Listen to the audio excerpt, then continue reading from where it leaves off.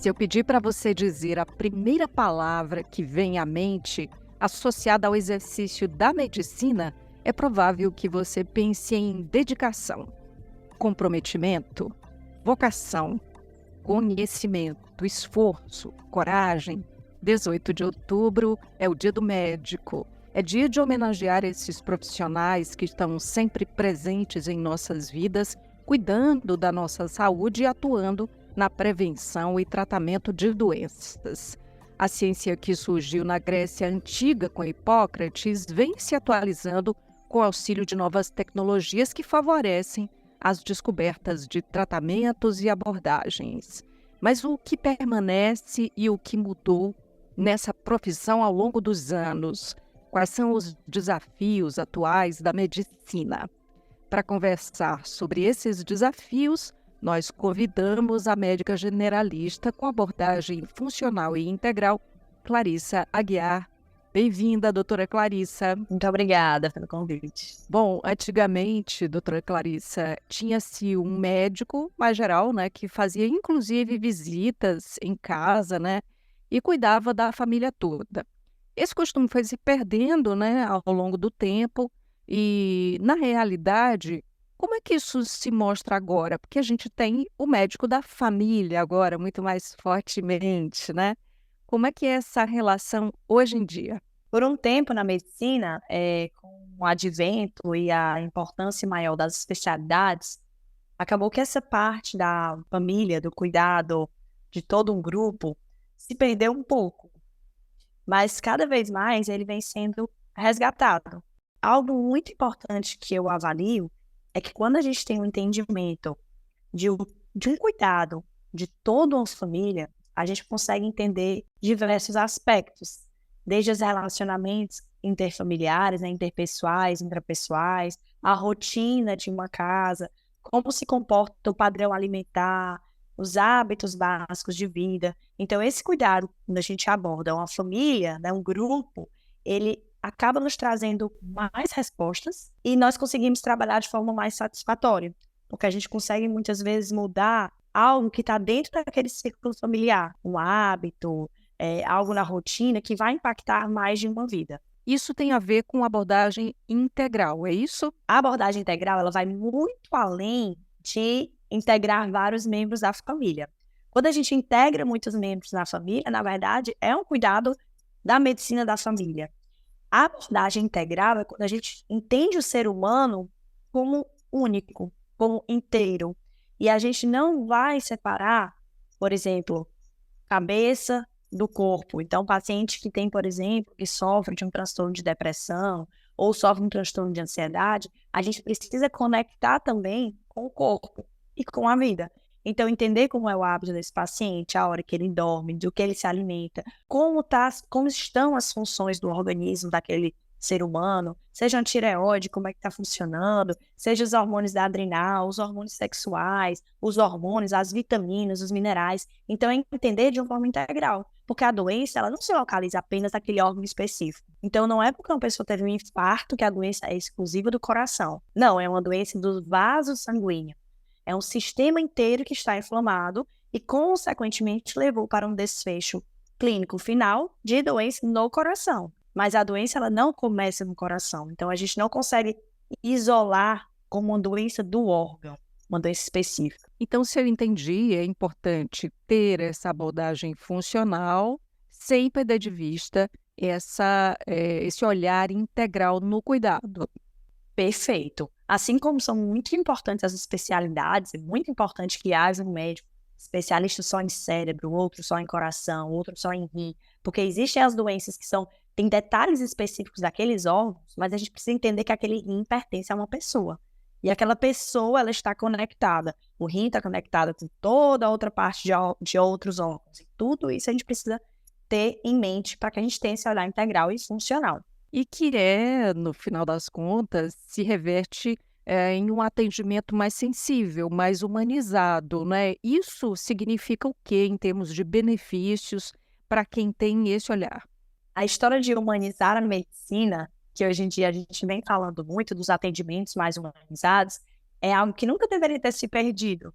né? Mas pela a demanda tão grande, na época, uma quantidade menor de profissionais da saúde, ficou um pouco de atendimento muito robotizado, atendimentos muito rápidos, sem individualizar tanto. E hoje vem se resgatando tudo isso, porque as pessoas precisam desse olhar mais humanizado, desse olhar com empatia, com compaixão, com amor. E acaba que esse olhar da medicina integral, ele vai dar um olhar mais humanizado. Porque a gente vai entender a vida daquele ser humano. Será que não é uma mulher que está ali sobrecarregada, ou está passando por uma situação no relacionamento, ou está com dificuldade com o filho, e tudo isso está afetando o emocional dela e o sono, que vai afetar o intestino, que vai afetar os hábitos alimentares, e tudo está interligado. Então, quando a gente tem esse olhar humanizado, que nunca deveria ter deixado de ser humanizado, já que estamos falando de seres humanos, esse olhar humanizado, ele nos traz uma aproximação com o nosso paciente e nos traz, inclusive, mais resultado nos tratamentos. Sem dúvida, porque eu acredito que todo mundo quer também atenção, né?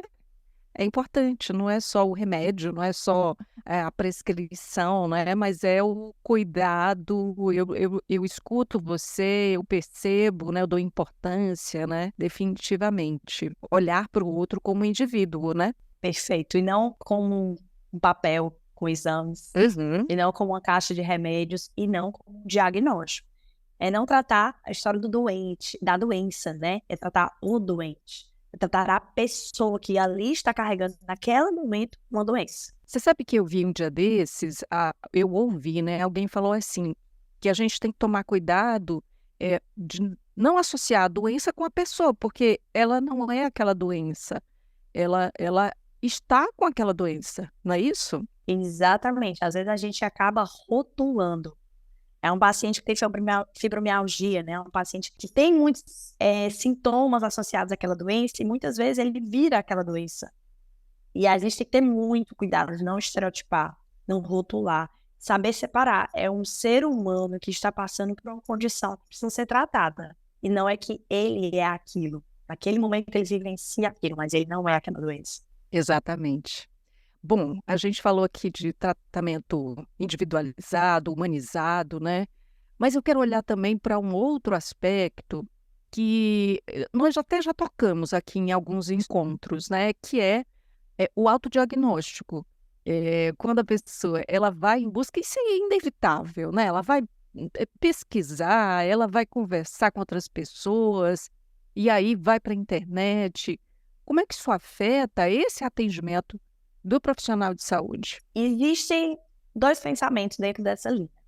Um é de que isso é ruim, porque o paciente chega muitas vezes com autodiagnóstico, muitas vezes já se medicou por uma orientação da internet, por uma dica de um amigo, porque o vizinho fez e deu certo. Mas a gente tem que pegar esse excesso de informações e esse acesso livre a muito conteúdo à população em geral como algo bom, porque ele tem mais resultado positivo do que negativo. E por que eu digo isso? Porque hoje as pessoas têm mais acesso a conhecimento e a conteúdo. Não são mais pessoas tão leigas que vão chegar ali no teu consultório e vão aceitar o que foi proposto. Elas vão entender sobre o que está acontecendo com elas, muitas vezes. Vão entender que existem possibilidades terapêuticas. Então, elas vão estar dotadas de conhecimento. E o conhecimento sempre é muito bom. O que precisa ser feito? Direcionado esse conhecimento para algo correto. Porque muitas vezes, quando a gente pesquisa em alguns locais não muito corretos, a gente tem um direcionamento para um entendimento não tão inteligente de uma determinada doença, ou de uma consequência não tão boa de uma determinada situação. E aí, nesse momento, a gente tem que direcionar o nosso paciente. E muitas vezes eu falo que nós, como médicos hoje, nós não temos só a missão de cuidar, de acolher, de tratar o nosso paciente. A gente também tem a missão de ensinar, de entregar conhecimento. Então, hoje a gente acaba vendo que a rede social ela entrou muito fortalecida nesse aspecto de passar conteúdo. Então, hoje, o meu trabalho, por exemplo, ele não entra só no atendimento ao cliente dentro de um consultório, mas meu atendimento também fora do consultório, passando conhecimento, ensinando sobre a alimentação saudável, sobre o estilo de vida saudável, sobre um sono adequado, sobre rotina, sobre as doenças mais comuns, sobre os sintomas mais comuns. Então, a gente também, como médico, tem esse papel de ensinar os nossos pacientes. O risco está aí desse autodiagnóstico da pessoa já se dar por satisfeita por esse conteúdo que ela recebeu, dela achar que já está suficiente. Eu nem preciso ir no, no consultório, porque eu já tô, já recebi, já sei por onde que eu vou. Não pode, né, ser assim. Isso tem que ficar muito bem claro, né? A gente tem que passar o conhecimento deixando claro que isso é um conhecimento, isso é uma informação generalizada, e que cada caso é individualizado. Isso é muito importante ser frisado, porque realmente cada um é único. Nós somos seres humanos únicos, cada um com suas particularidades. Cada tratamento será diferente, com doses diferentes, condutas diferentes.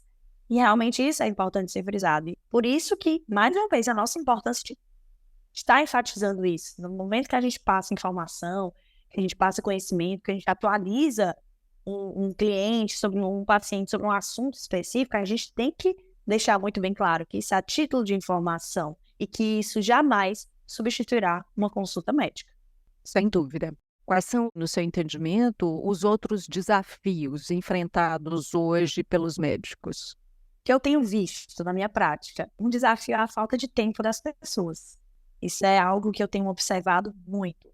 Muitas vezes a pessoa ela não tem tempo de marcar uma consulta, de fazer um exame de prevenção, de coletar um exame de sangue, de fazer um exame de imagem. Muitas vezes o tempo que ela tem para se dedicar a uma consulta é curto. Muitas vezes a gente ainda observa pacientes que precisariam buscar aquele atendimento e muitas vezes eles não conseguem entender que eles precisam daquilo. Muitas vezes acabam deixando, dando desculpas, né, colocando para frente, são atropelados pela rotina, pela vida corriqueira, né, pela vida corrida do dia a dia. Então, acho que isso é um desafio que eu tenho visto muito grande, dos pacientes não aderirem tanto ao tratamento por falta de tempo, quanto não buscarem se prevenir, se cuidar ou tratar de alguma doença por falta de tempo. E é o que eu brinco muitas vezes. Se você não tiver tempo para cuidar da sua saúde, um dia você vai ter que ter tempo para cuidar da sua doença. A gente tem que estar muito firme em priorizar a nossa saúde, porque sem ela, a gente não vai conseguir ter o trabalho que a gente almeja, dos sonhos, produzir o que a gente precisa produzir, ter as empresas que a gente quer ter, cuidar da família, cuidar dos filhos, enfim. Todas essas missões que a gente tem além da medicina, né? E além de ser um paciente ou um profissional. A gente teve isso muito claro durante o período aí da emergência sanitária com a Covid-19, né? E também a gente passou a prestar mais atenção nos profissionais da saúde, né? Para você, assim, o que mais mudou desse período para cá? Eu tenho visto que as pessoas buscam mais a prevenção. Está mais importante essa busca do que antes, daquela período que passamos do auge ali do Covid-19.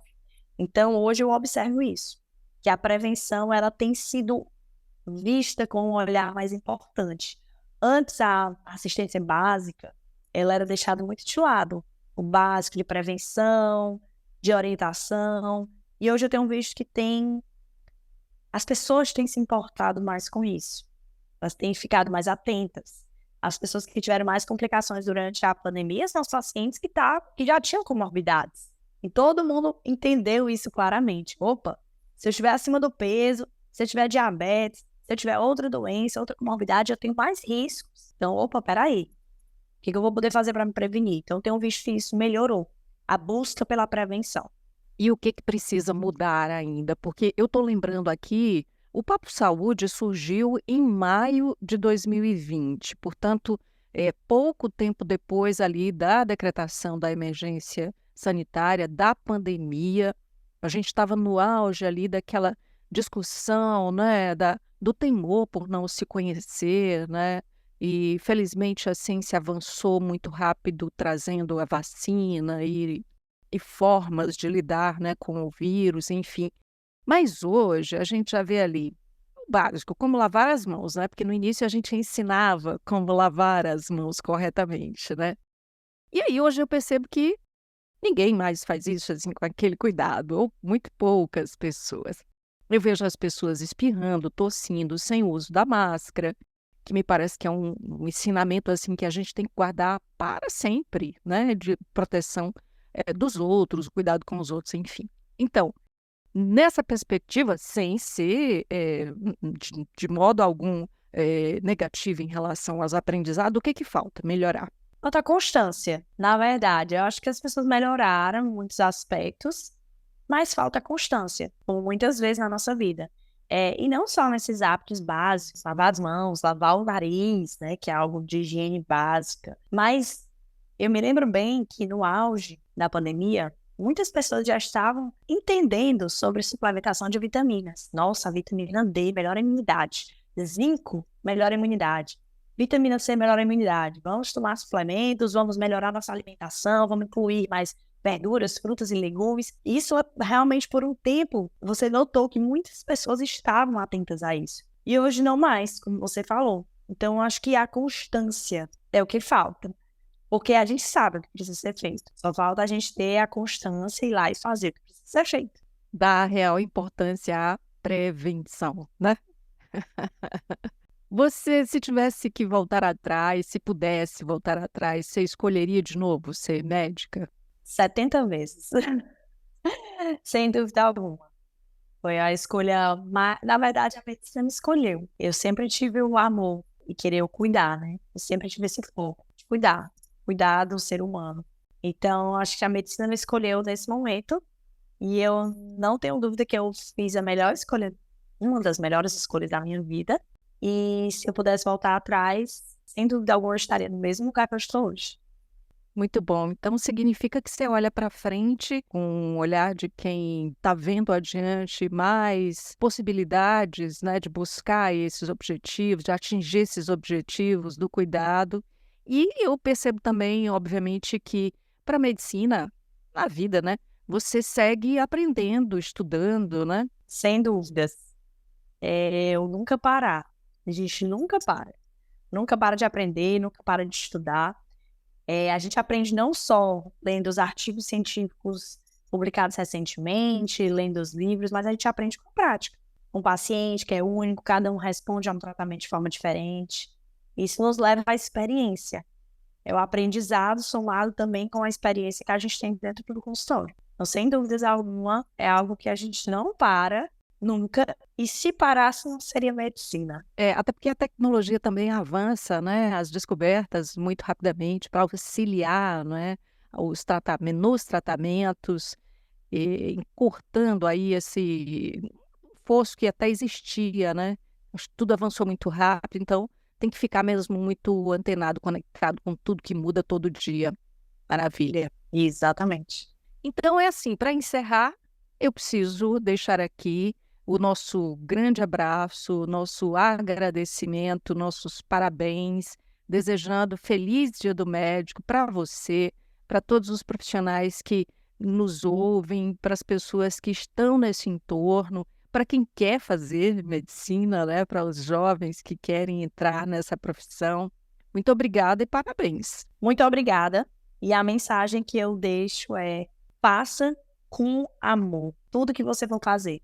Seja a especialidade que você escolheu, seja a forma que você vai trabalhar, seja em consultório, plantão, UTI, o que você fizer, faça com amor, um propósito e leve isso como um dom que você tem e que deve ser levado a sério, com respeito, com ética, porque a medicina só dá certo se for dessa forma. Muito obrigada, então, doutora Clarissa. Um beijo para você e até a próxima. Muito obrigada. Até a próxima. E assim nós chegamos ao final do episódio de hoje. Eu aproveito para dizer que o Papo Saúde agora é quinzenal. Não esquece de seguir a gente na sua plataforma de streaming favorita. Se você está no Spotify, aí você pode dar 5 estrelinhas para a gente. Classifica o Papo Saúde.